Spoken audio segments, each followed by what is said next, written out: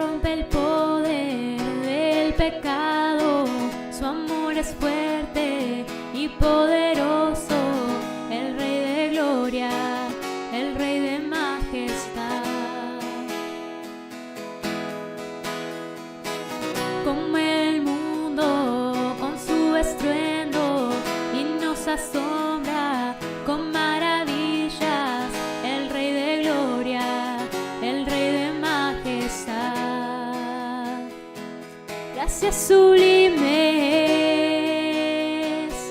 perfecto es tu amor, tomaste mi lugar, cargaste tú mi cruz, tu vida diste ahí,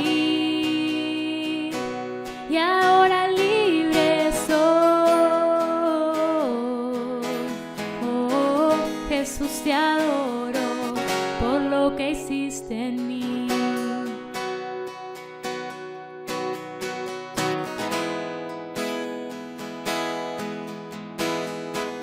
Pusiste en orden todo el caos, nos adoptaste como tus hijos, el Rey de gloria, el Rey de majestad. El que gobierna con su justicia y resplandece con su belleza, el Rey de gloria, el Rey de majestad. Gracias sublimes, perfecto es tu amor, tomaste mi lugar, cargaste tú mi cruz, tu vida diste ahí, y ahora libre soy. Oh, Jesús, te adoro por lo que hiciste en mí. Digno es el Cordero de Dios, digno es el Rey que la muerte venció, digno es el Cordero de Dios, digno es el Rey que la muerte venció, digno es el Cordero de Dios, digno es el Rey que la muerte venció, digno es el Cordero de Dios, digno, digno, digno. Gracias sublimes, perfecto es tu amor, tomaste mi lugar, cargaste tú mi cruz, tu vida diste ahí, y ahora libre soy. Oh, Jesús, te adoro por lo que hiciste en mí.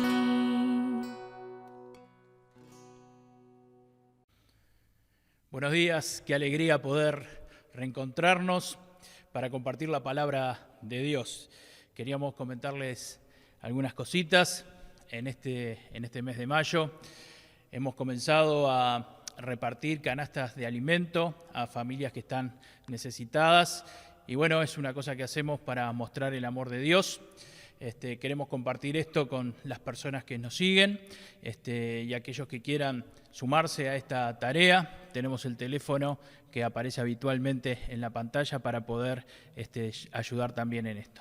También en este mes ha salido la revista Compartiendo, que la tenemos en este momento lo tenemos en formato digital. Aquellos que quieran recibirlo también se pueden poner en contacto a través del número que aparece en la pantalla para poder recibirla. La revista Compartiendo es la revista de la Iglesia y bueno, queremos compartir también lo de la revista Compartiendo con todos ustedes. La Biblia enseña que Dios tiene planes de felicidad para sus hijos. Hay muchos versículos en la Biblia que enseñan esto. A mí me gusta citar algunos de estos textos porque nos recuerdan las lindas promesas que Dios tiene para sus hijos. Por ejemplo, en Romanos 8:28 dice, y sabemos que a los que aman a Dios todas las cosas les ayudan a bien. Esto es, a los que conforme a su propósito son llamados. Y este versículo dice cosas importantísimas. A los que cumplen el llamado de Dios para sus vidas, a los que llevan su vida por el camino que Dios les ha indicado, Dios quiere ayudarlos. Y Dios quiere ayudarlos a bien. Y todas las cosas que le sucede a esa persona es para su bien. ¿Cuántos testimonios podríamos citar de personas, de hermanos, de hermanas de la iglesia que pueden decir, bueno, realmente el seguir el camino del Señor me ha ayudado a bien? ¿Cuántos podríamos decir de las cosas que nos han ayudado a bien por seguir el camino del Señor? Otro de los versículos que me gusta mucho y es muy claro con respecto a los planes de felicidad de Dios para sus hijos es Jeremías 23:11. Dice la palabra de Dios, porque yo sé los pensamientos que tengo acerca de vosotros, dice Jehová, pensamientos de paz y no de mal, para daros el fin que esperáis. Y acá Dios le habla a su pueblo y le cuenta que sus pensamientos, y le cuenta de sus planes, y le dice que sus planes son planes de paz, y planes para darnos lo que esperamos, planes para que nosotros podamos recibir lo que deseamos.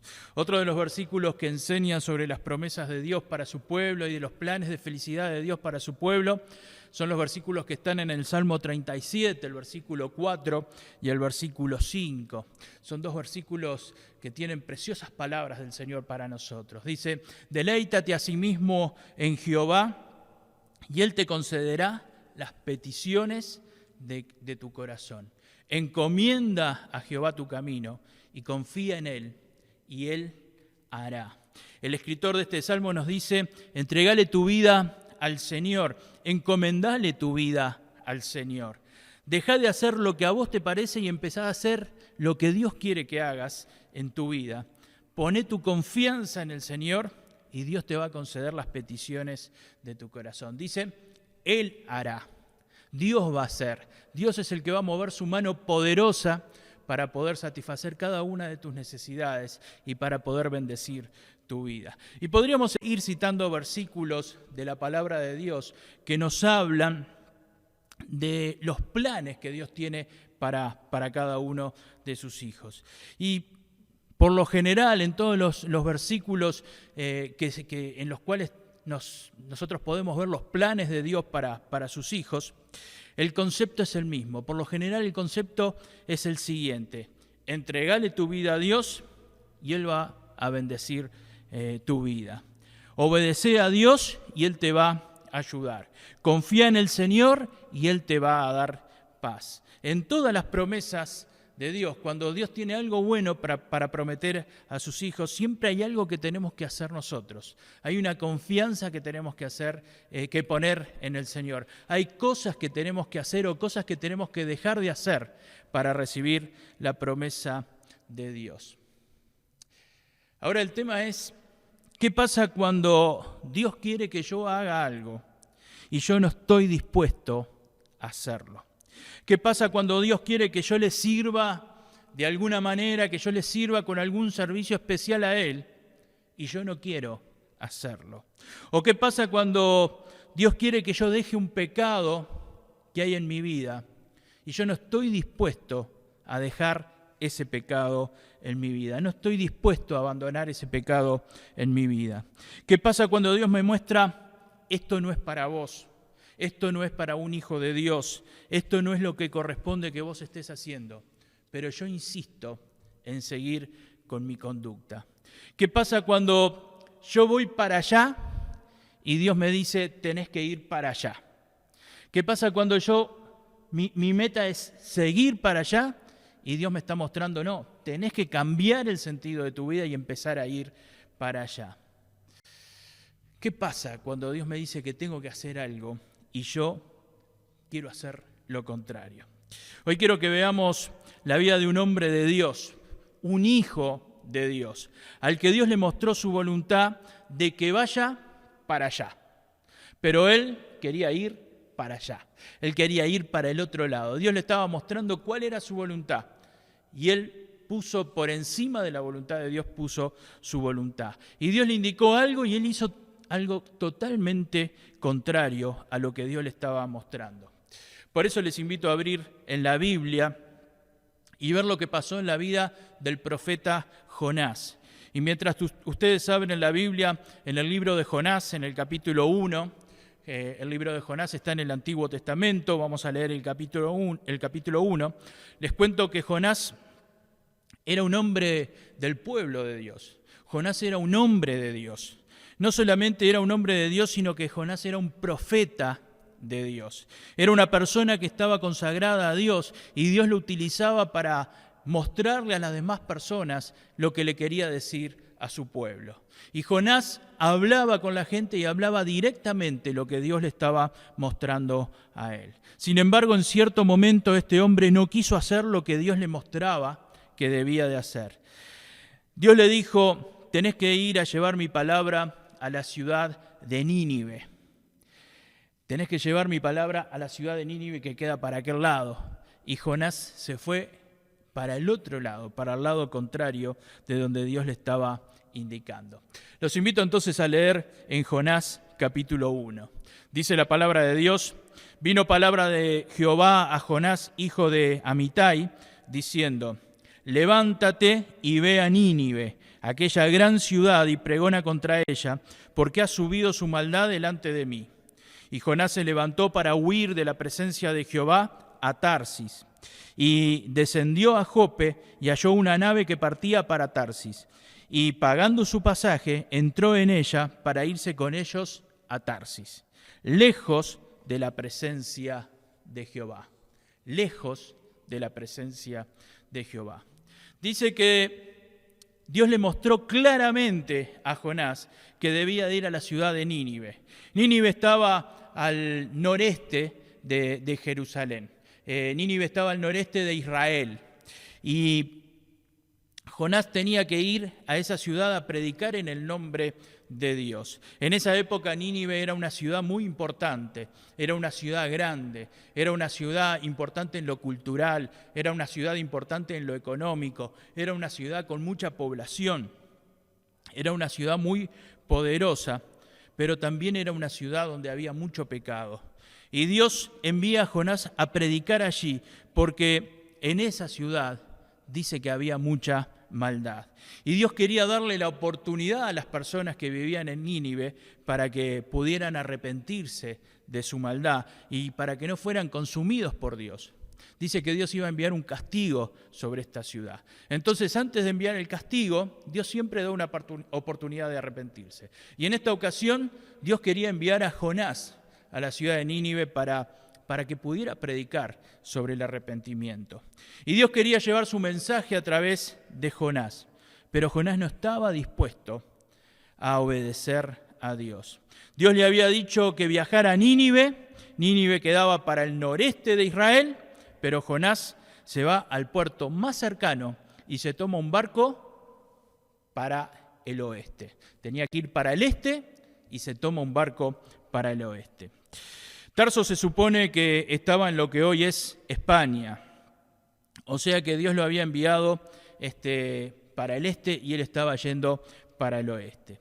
Dice la Biblia que hizo esto porque quiso huir de la presencia de Dios. En el versículo 3 dice: y Jonás se levantó para huir de la presencia de Jehová a Tarsis. Se levantó para huir de la presencia de Jehová. Saben que esto de huir de la presencia de Dios es algo que sucede frecuentemente cuando las personas quieren permanecer en el pecado. Cuando hay un pecado en la vida de un hijo de Dios y esa persona quiere permanecer en ese pecado, lo que trata es huir de la presencia de Dios. Y esto lo vemos que pasa frecuentemente en la vida de alguien que está desobedeciendo a Dios. Cuando alguien quiere huir de la presencia de Dios, lo que está haciendo es tratar de no estar en los lugares donde se va a encontrar con Dios. Porque sabemos que no podemos estar delante de Dios cuando estamos en pecado. ¿Y cómo es que las personas tratan de huir de Dios? Y una de las maneras es no participando de las actividades de la iglesia. Cuando hay cultos, no participar de los cultos o no participar con la misma frecuencia que se participaba antes. Hacemos lo posible por no estar en los cultos. Y para esto muchas veces se ponen excusas. Cuando uno lo llama, ¿qué te pasó que faltaste el domingo? ¿Qué te pasó que faltaste en tal actividad de la iglesia? Bueno, estaba cansada, estaba cansado, me quedé dormido, tengo que estudiar, tengo otras actividades para hacer y por eso pensé que podía de repente no estar en el culto. Y muchas veces los demás nos damos cuenta que esas excusas son inadmisibles, que esas excusas realmente no tienen ningún valor. Eso es lo que nos damos cuenta los demás. Pero cuando alguien está huyendo de Dios, se convence que sus excusas son aceptables. Se convence que es más importante las cosas que pone como excusa en ese momento que realmente estar en la presencia de Dios. Y sin darse cuenta, las excusas van bajando su nivel de compromiso con Dios. Van bajando su nivel de compromiso con la iglesia, van bajando su nivel de compromiso con lo que quiere Dios para su vida. Mi amigo, mi amiga, no huyas nunca de la presencia de Dios. Nunca huyas de la presencia de Dios. Hay personas que viven huyendo de la presencia de Dios. ¿Cuántas personas hay que les hablamos de Cristo, que les testificamos del amor de Cristo, que los invitamos a la iglesia y nunca quieren dar un paso de fe? Porque de alguna manera están huyendo de Dios. Hay personas que nunca quieren acercarse a Dios. Pero también hay hijos de Dios que cuando saben que hay algún pecado en su vida, también quieren huir de la presencia de Dios. Cuando saben que están desobedeciendo a Dios, quieren huir de donde está el Señor. Entonces, como dije, dejan de participar de la iglesia en la forma que sea. Cuando nos reunimos en el templo, en los cultos, dejan de participar en los cultos. Cuando participamos de los cultos, como estamos haciendo ahora a través de internet, dejan de escuchar los mensajes o lo escuchan sin prestar mucha atención.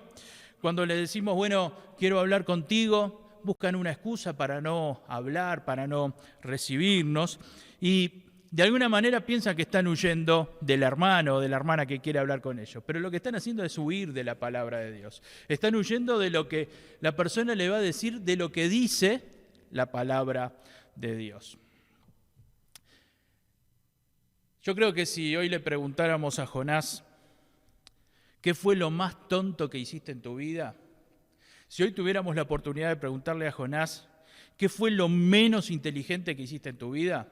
La respuesta de Jonás sería querer huir de la presencia de Dios. Tratar de huir de la presencia de Dios es lo más tonto que hice en mi vida. Porque el que huye de Dios y no da vuelta atrás y vuelve atrás para arrepentirse y para obedecer a Dios, se empieza a alejar de Dios y empieza a alejarse paulatinamente del Señor. Dice el versículo 3 que quiso ir lejos de la presencia de Dios. Entró en la nave para irse con ellos a Tarsis, lejos de la presencia de Dios. Esta actitud de querer irse de la presencia de Dios lo llevó a Jonás a pasar por tres situaciones que quiero que podamos descubrir en este capítulo 1 del libro de Jonás. Tres situaciones que no fueron nada afortunadas para su vida. Habíamos quedado en el versículo 3, vamos a leer el versículo 4 y el versículo 5. Dice el versículo 4, pero Jehová hizo levantar un gran viento en el mar, y hubo en el mar una tempestad tan grande que se pensó que se partiría la nave. Y los marineros tuvieron miedo, y cada uno clamaba a su Dios, y echaron al mar los enseres que había en la nave, para descargarla de ellos. Pero Jonás había bajado al interior de la nave y se había echado a dormir. Jonás había bajado al interior de la nave y se había echado a dormir. Una de las cosas que le sucede a Jonás cuando quiere huir de la presencia de Dios es que se quedó dormido mientras su vida corría peligro. Se quedó dormido mientras su vida estaba en riesgo. Dice la Biblia que parecía que la nave se iba a partir. Las naves que navegaban en aquella época por el mar Mediterráneo y que hacían ese recorrido hacia Tarsis eran naves muy, muy largas. Entonces, cuando habían estas tempestades, parecía que se iban a partir. Y dice que tiraron los marineros, tiraron los enseres al mar para alivianar la nave, para que la nave pudiera estar más, pudiera seguir las ondas del mar. Pero Jonás estaba durmiendo. En medio de esta tormenta, Jonás estaba durmiendo. Su vida estaba en peligro, pero él no se estaba dando cuenta, porque él estaba dormido. Cuando queremos huir de la presencia de Dios, nuestra vida espiritual empieza a estar adormecida. Empezamos a dormirnos espiritualmente. Cuando uno está durmiendo, uno no está muerto, simplemente está durmiendo. Pero mientras estamos durmiendo, no percibimos el peligro que está a nuestro alrededor.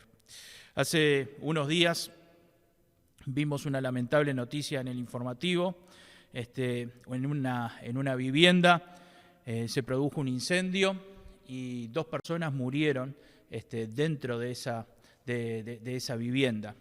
El incendio fue en las horas de la madrugada y estas 2 personas estaban durmiendo y no pudieron reaccionar a tiempo para salir de la vivienda. Es que estaban dormidos.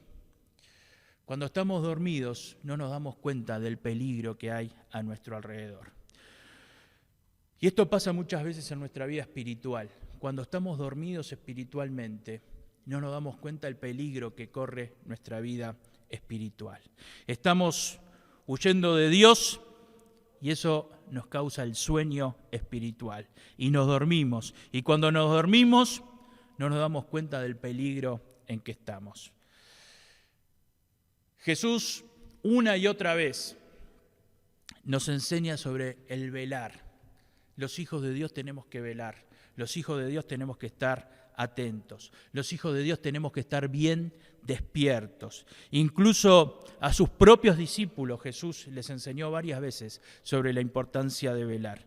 En Marcos capítulo 14, versículo 38, en esas últimas horas, el Señor le dice a sus discípulos, velad y orad para que no entréis en tentación. El espíritu a la verdad está dispuesto, pero la carne es débil. Mi hermana, mi hermano, no te duermas espiritualmente. Cuando dormís, estás en peligro. Jesús puso mucho énfasis en que debemos estar vigilantes espiritualmente, en que debemos velar espiritualmente. Huir de Dios lo llevó a Jonás a adormecerse espiritualmente y a quedarse completamente dormido, sin percibir el peligro que estaba a su alrededor. Otra de las cosas que le sucedió a Jonás cuando quiso huir de Dios fue que Jonás perdió la sensibilidad por las demás personas. Perdió la sensibilidad por los que estaban alrededor de él. En medio de esa tormenta no solamente corría riesgo la vida de Jonás, sino que corría riesgo la vida de todos los tripulantes de esa embarcación. Corría riesgo la vida de cada uno de los que estaban embarcados en esa nave. Y Jonás era un profeta. Jonás era un profeta de Dios. Jonás era de las personas que tenía que llevar el mensaje de Dios a los demás. Jonás era de los que tenía que llevar esperanza a los que estaban alrededor de él. Y más en los momentos críticos, el profeta tenía que llevar esperanza a los que estaban al lado de él. Jonás seguramente antes de esta oportunidad habría ayudado a muchas personas y habría llevado la esperanza de Dios a los corazones necesitados de muchas personas que estaban alrededor de él. Jonás ya había profetizado de la palabra de Dios a muchos. Y en ese momento Jonás tenía que estar para ayudar a los que estaban en ese lugar. Muchas veces Jonás ya habría ayudado a otros, Pero en esta oportunidad, Jonás estaba rodeado de personas a las que estaban desesperadas, personas que estaban trabajando para poder salvar sus vidas en medio de la tormenta. ¿Y Jonás qué estaba haciendo? Estaba durmiendo, totalmente desconectado del sufrimiento de los demás. No escuchaba los gritos de las personas. Seguramente habrían gritos, seguramente habrían personas que se llamaban el uno al otro para poder hacer esto, para poder hacer lo otro, para salvar la nave. Pero Jonás no escuchaba nada allí donde estaba durmiendo. No escuchaba el sonido del viento, no escuchaba el sonido del mar dando contra el barco. No se daba cuenta de los movimientos bruscos que tenía el barco en ese momento y que hacía peligrar la vida de todos los que estaban en esa nave. Estaba completamente desconectado. Había perdido totalmente la sensibilidad también por los demás. En un momento normal, Jonás estaría ayudando a todos los demás para enderezar la nave. En un momento normal, Jonás estaría alentando a las personas para ayudarlos a salir adelante en esa situación.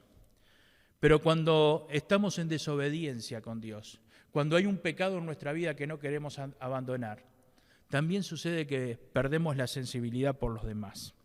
Perdemos la sensibilidad por llevar la palabra de Dios a los que están alrededor nuestro.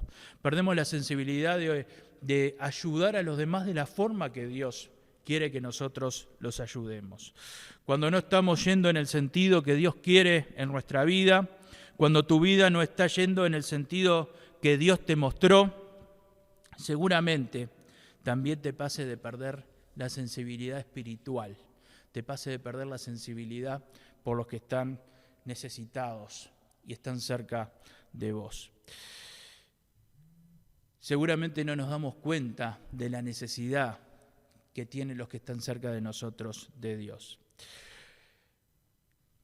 Dios quiera que no perdamos la sensibilidad espiritual y no dejemos de hacer lo que podemos hacer por los demás. Que podamos compartir la salvación que Dios nos dio a nosotros. Ahora, cuando nosotros estamos huyendo de Dios, es muy difícil que querramos compartir la salvación, porque nosotros nos estamos alejando de Dios y es difícil que estemos compartiendo la palabra de Dios con aquellos que la necesitan. Lo tercero que le sucedió a Jonás cuando quiso huir de Dios es que en medio de la tormenta todos estaban orando, menos él. Él se olvidó hasta de orar, se olvidó hasta de la oración. Dice la Biblia en el versículo 5, y los marineros tuvieron miedo y cada uno clamaba a su Dios. Y el patrón de la nave se le acercó a Jonás y le dijo, ¿qué tienes tú, dormilón? Levántate y clama a tu Dios, quizás Él tendrá compasión de nosotros y no pereceremos. Es interesante que todos oraban a su Dios, y cuando decimos Dios, es Dios con minúscula. Cada uno oraba en lo que creía, pero la gran mayoría no oraba al Dios verdadero porque no lo conocían. Todos acudían a sus religiones, todos acudían a sus talismanes, todos acudían a lo que habían aprendido. Y todos estaban equivocados porque el único que en ese lugar conocía al verdadero Dios era Jonás. Pero el único que conocía al verdadero Dios, el único que conocía y que podía interceder delante de Dios, delante del Creador, delante del que gobierna el mar, delante del que gobierna el viento, el único que podía interceder delante del verdadero Dios, estaba dormido y no estaba orando. Como leí, dice la Biblia, el patrón de la nave se le acercó y le dijo, ¿qué tienes, dormilón? ¿Qué tienes, dormilón? Levántate y clama a tu Dios. Tuvo que venir uno que no sabía nada de Dios, que no sabía nada del Dios verdadero, para decirle a Jonás, ponete a orar, es tiempo de orar. No es tiempo de dormir, es tiempo de clamar a Dios. Cuando no vamos en el sentido que Dios quiere para nuestra vida, muchas veces también nos olvidamos hasta de orar. O quizás no nos olvidamos de orar, pero la oración en nuestra vida se vuelve rutinaria. La oración pierde valor. La oración pierde poder de Dios. La oración se vuelve una costumbre. Cuando no estamos yendo en el sentido que Dios quiere en nuestra vida, la oración se vuelve solamente una rutina, una costumbre. Oramos sin pensar en lo que le estamos diciendo a Dios. Oramos sin buscar el poder de Dios. Yo siempre digo que la oración es el termómetro de la vida espiritual de los hijos de Dios. ¿Cuántas veces en el día te arrodillás delante de Dios para orar? ¿Cuántas veces en el día te postrás delante de Dios y pones tu vida delante de Dios? ¿Cuándo fue la última vez que estuviste en una reunión de oración, orando con tus hermanos de la iglesia, intercediendo por otras personas que necesitan? La oración muchas veces marca lo lejos o lo cerca que estamos de Dios. La oración es una de las bases de la vida cristiana. Y cuando huimos de Dios, nuestra oración pierde frescura, pierde sinceridad, nuestra oración pierde sentido. Oramos, pero no es una oración real. Pierde sentido estar orando delante de Dios cuando estamos huyendo de Dios. Huir de Dios entonces hizo que Jonás no se diera cuenta que su vida corría peligro. Huir de Dios hizo que Jonás perdiera sensibilidad por lo que estaba pasando a su alrededor y por lo que estaban sufriendo las demás personas. Huir de la presencia de Dios hizo que Jonás se olvidara hasta de orar, se olvidara hasta de clamar a Dios. Jonás se alejó de la voluntad de Dios. Lo hizo conscientemente. Dios le había dicho, andá a Nínive, y Jonás tomó una nave para ir a Tarsis. Se alejó completamente de la voluntad de Dios. Lo hizo sabiendo que estaba mal lo que estaba haciendo en ese momento. Y mientras digo esto, te pregunto, ¿estás yendo para el lado que Dios quiere que vayas en tu vida? ¿Estás tomando el rumbo que Dios quiere para tu vida? ¿Tu vida tiene el rumbo que Dios te mostró o lo que Dios te enseñó? ¿Hay algo en tu vida que Dios te haya mostrado que debes hacer y que vos no lo estás haciendo? ¿O hay algo en tu vida que Dios te está mostrando que dejes de hacer y vos seguís haciéndolo? Quizás las personas que estaban en ese barco, en ese momento, esas personas que estaban en el mismo barco que Jonás, quizás de esas personas nadie sabía nada de lo que estaba sucediendo en la vida de Jonás. Nadie conocía por qué Jonás estaba viajando a Tarsis. Nadie conocía quizás que Dios lo había mandado a Nínive y él se estaba yendo a Tarsis. Pero Dios es el que conoce todas las cosas y conoce cada una de las cosas de nuestra vida. Dios conoce cada detalle de nuestra vida. Como conocía cada detalle de la vida de Jonás, Dios conoce cada detalle de tu vida y de la mía. Y aunque Jonás quería huir de Dios, Dios sabía cada cosa que sucedía en la vida de Jonás. Dios también es el que conoce tu vida y cada detalle de tu vida. Es el que conoce cada uno de tus pensamientos y conoce cada una de tus intenciones. Dios se da cuenta también de cada una de nuestras excusas. Y yo no sé si hasta se burla de nuestras excusas. Quizás está mal decir que Dios se burle, pero realmente Dios conoce cuando nosotros estamos poniendo excusas. El Salmo 139, los 3 primeros versículos dice: Oh Jehová, tú me has examinado y conocido. Tú me has examinado y conocido. Tú has conocido mi sentarme y mi levantarme. Has entendido desde lejos mis pensamientos. Has entendido desde lejos mis pensamientos. Has escudriñado mi andar y mi reposo. Y todos mis caminos Todos mis caminos te son conocidos. Dios nos conoce y sabe todo de nuestra vida. Y cuando sus hijos huyen de Él, Dios también lo sabe. Cuando estamos huyendo de Dios, Dios lo sabe. No voy a seguir leyendo todo el capítulo 1 de Jonás. Lo dejo para que ustedes lo puedan leer y para que también lo puedan disfrutar y para que puedan ver cómo es el desarrollo de estas historias. Pero de todas maneras, como soy un poco malo, le voy a espolear, como se dice ahora, o adelantar de alguna manera cómo sigue la historia. Dice que los navegantes se dieron cuenta que la tormenta era culpa de Jonás. Mejor dicho, Dios le mostró a los navegantes que la culpa era de Jonás. La culpa de esa tormenta que se había levantado era de Jonás. Y aunque ellos no quisieron tirarlo al mar para que se calmara la tormenta, no tuvieron más remedio que después de un rato de seguir luchando contra el mar embravecido, no tuvieron más remedio que tirar a Jonás al mar. Y cuando tiraron a Jonás al mar, se calmó el viento y se calmó la furia de la tormenta en ese momento. Pero Dios le dio otra oportunidad a Jonás. Y la vida de Jonás no se terminó al caer al mar. Dios le dio una última oportunidad a Jonás. En el versículo 15 dice, y tomaron a Jonás y lo echaron al mar, y el mar se aquietó de su furor.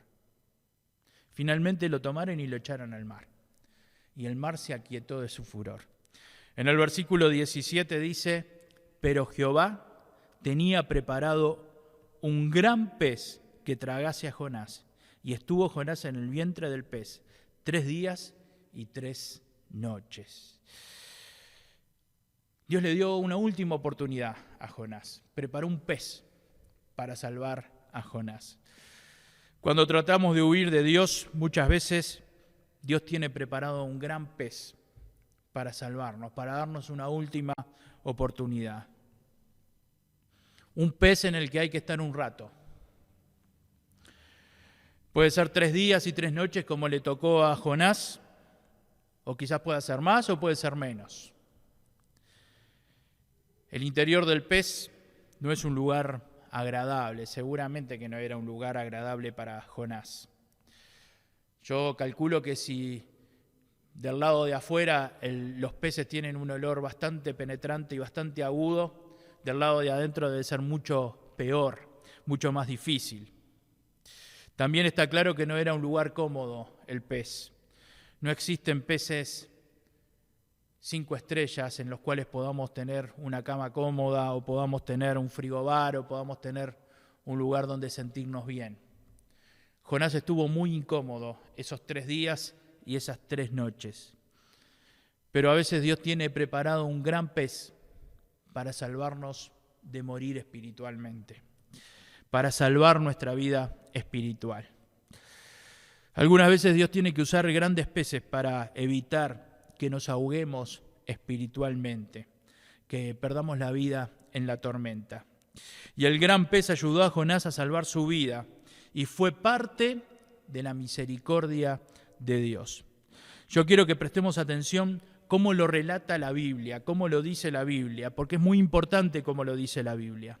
Dice el versículo 17, pero Jehová tenía preparado un gran pez que tragase a Jonás. Dios ya había preparado una última oportunidad para Jonás. No te quejes si te toca estar dentro del pez. Es la forma que encontró Dios para salvar a Jonás. Y el asqueroso pez, el asqueroso interior de ese pez, fue la oportunidad que Dios le dio a Jonás.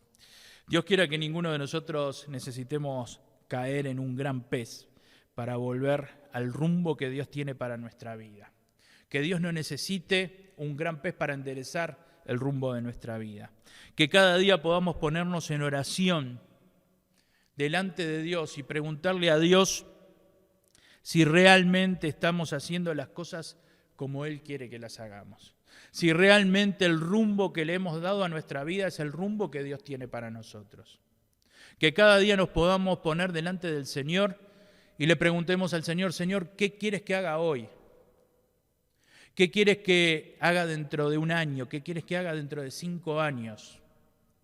Que el Señor esté guiando el rumbo de nuestra vida. Que nos esté mostrando hacia dónde quiere que vayamos en nuestra vida. Todos los días es necesario ponernos en las manos de Dios y revisar si estamos yendo realmente a donde Dios quiere que vayamos. Si estamos haciendo lo que Dios quiere que hagamos. Si estamos dejando de hacer lo que Dios nos está mostrando que debemos dejar de hacer. Que le preguntemos a Dios cada día si hay caminos por los cuales no tenemos que seguir recorriendo o no tenemos que seguir caminando. Y que podamos realmente hacer la voluntad de Dios. Quiero terminar con 2 de Pedro, capítulo 3, versículos 17 y 18. Y dice así la palabra de Dios.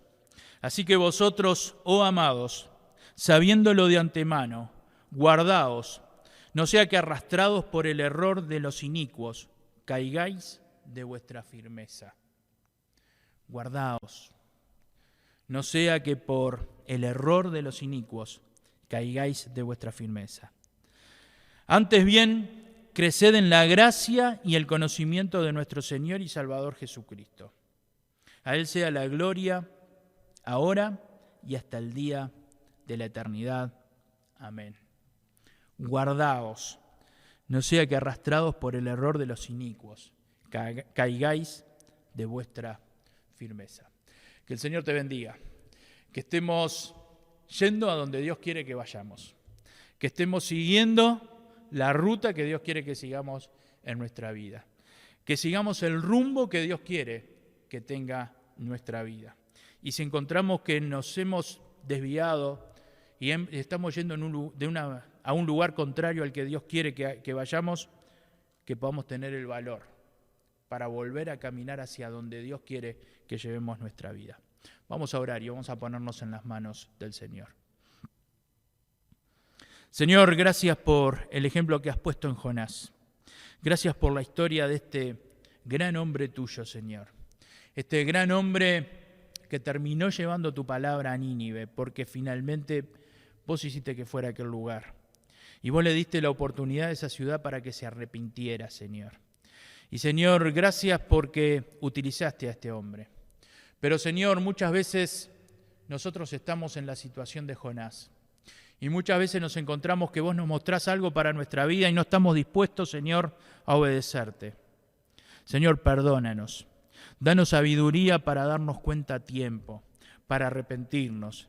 Señor, danos sabiduría para tomar las decisiones que vos querés que tomemos y para que enderecemos el rumbo de nuestra vida cuando estamos yendo en contra de lo que vos nos estás mostrando. Padre eterno, fortalécenos como hijos tuyos, Señor. Que podamos vivir vidas victoriosas, donde podamos ver cada día tu amor, donde podamos disfrutar cada día tu poder, donde podamos vivir en paz sabiendo que estamos haciendo lo que vos querés para nuestras vidas. Nos encomendamos en tus manos. Bendícenos, Señor. En el nombre de Jesús. Amén. Que el Señor les bendiga.